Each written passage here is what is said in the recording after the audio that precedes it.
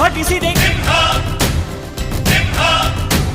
ಸಿಡಿ ಸಿಡಿಯುವ ಸಿಡಿಲಿನಲು ಅಂಜದೆಯೇ ಗರ್ಜಿಸಿದೆ.